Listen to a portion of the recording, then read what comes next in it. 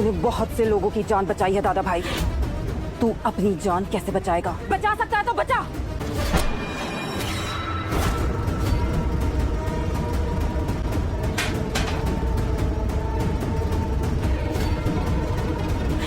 नमस्कार दोस्तों, और आपका फिर से स्वागत है आपके अपने चैनल पर।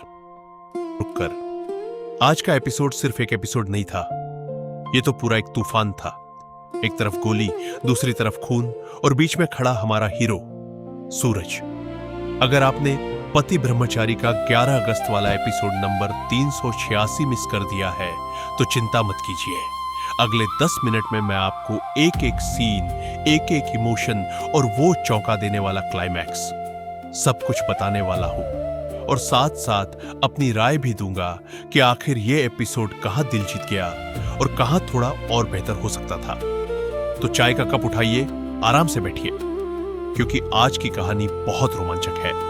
चलिए शुरू करते हैं। एपिसोड की शुरुआत होती है एक हल्के फुल्के पल से। सूरज और ईशा के बीच पिछले कुछ दिनों से ठीक से बातचीत नहीं हो पाई है, क्योंकि यह पूरा मंत्री जी वाला केस उनके सिर पर सवार है। और यही राइटर्स ने एक प्यारा सा कॉमेडी टच दिया है। सूरज चुपके से लैपटॉप उठाने की कोशिश में पकड़ा जाता है और फिर वो मासूमियत से सफाई देने लगता है।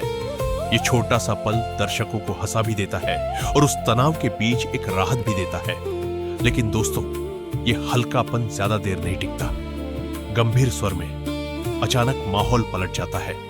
एक रहस्यमयी महिला विलेन सामने आती है और हमारी आईपीएस ईशा को खुली चुनौती दे देती है। बचा सकती हो तो अपने मंत्री को बचा लो।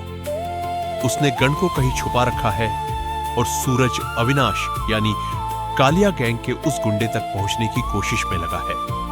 तनाव यहां अपने चरम पर पहुंच जाता है और तभी होता है वो जिसकी किसी ने उम्मीद नहीं की थी। गोली चलती है और वो जा लगती है सीधे सूरज को। रुककर। जी हां दोस्तों, हमारा हीरो घायल हो जाता है। चारों तरफ अफरा तफरी मच जाती है। बंटी और बाकी लोग तुरंत सूरज को संभालते हैं। ईशा फौरन हॉस्पिटल में फोन लगाती है और सूरज को घर ले जाने का इंतजाम करती है।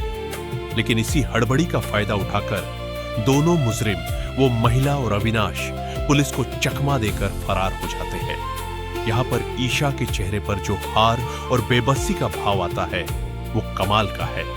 एक तरफ उसका पति खून से लथपथ है और दूसरी तरफ मुजरिम उसकी आंखों के सामने से निकल जाते हैं। एक पुलिस ऑफिसर और एक पत्नी, इन दोनों किरदारों के बीच फंसी ईशा की एक कशमकश इस एपिसोड का पहला बड़ा इमोशनल हाई पॉइंट है। अब कहानी शिफ्ट होती है घर की तरफ। सूरज को घायल हालत में घर लाया जाता है और पूरा परिवार सहम जाता है। ताई मां का दर्द देखिए। एक मां के लिए अपनी औलाद का खून देखना दुनिया की सबसे बड़ी तकलीफें होती है, और यह भाव अभिनय में बखूबी उतरा है। तभी डॉक्टर आते हैं और सबको थोड़ी राहत मिलती है। पता चलता है कि गोली सिर्फ छूकर निकली है। जान को कोई खतरा नहीं, पर खून काफी बह चुका है। डॉक्टर साफ हिदायत देते हैं, कम से कम 1 हफ्ते का पूरा आराम और तब तक व्हील चेयर। और यही आता है एपिसोड का सबसे मजेदार हिस्सा। हल्की मुस्कान के साथ गोली लगने के बाद भी सूरज का मजाकिया अंदाज जरा भी कम नहीं होता। वो व्हील चेयर पर बैठने से साफ मना कर देता है और अपनी शर्त रखता है, बैठ जाऊंगा पर मेरी फोटो कोई नहीं खींचेगा। इस पर उसकी पत्नी की प्यार भरी झिड़की कि अगर उसने घर से बाहर पैर रखा तो वो उसका दूसरा पैर भी तोड़ देगी। इस पूरे गंभीर माहौल में एक बहुत ही सुंदर और गुदगुदाने वाला पल बन जाता है। दोस्तों, यही इस शो की असली खूबी है, दर्द और हंसी को एक साथ बुन देना। एक पल आपकी आंखें नम होती हैं और अगले ही पल आपके चेहरे पर मुस्कान आ जाती है। इसके बाद आता है एपिसोड का सबसे भावुक हिस्सा, पति पत्नी का वो दिल छू लेने वाला दृश्य। ईशा खुद को कोसने लगती है। उसे लगता है कि सूरज को गोली उसकी वजह से लगी है, कि वो न अपने पति को बचा पाई और अब मंत्री जी को कैसे बचाएगी। उसकी आवाज में जो टूटन है वो हर देखने वाले को छू जाती है। पर यही सूरज का किरदार अपनी असली ऊंचाई पर पहुंचता है। वो ईशा को दिलासा देते हुए एक बहुत ही प्यारा उदाहरण देता है क्रिकेट का। वो कहता है कि जिस टीम का विकेट पहली ही गेंद पर गिर जाता है वही टीम अक्सर जीतती है। यानी ये हार नहीं बल्कि एक शुरुआत है। वो ईशा को याद दिलाता है कि उसकी रणनीति गलत नहीं थी और अंत में जीत हमेशा अच्छाई और सच्चाई की ही होती है। और फिर आती है वो लाइन जो दिल में उतर जाती है। सूरज कहता है कि ईशा के बिना तो वो जी ही नहीं पाएगा। रुककर इस एक पल में इस जोड़ी की पूरी केमिस्ट्री खुलकर सामने आ जाती है। मेरी राय में यह पूरे एपिसोड का सबसे मजबूत और सबसे यादगार सीन है।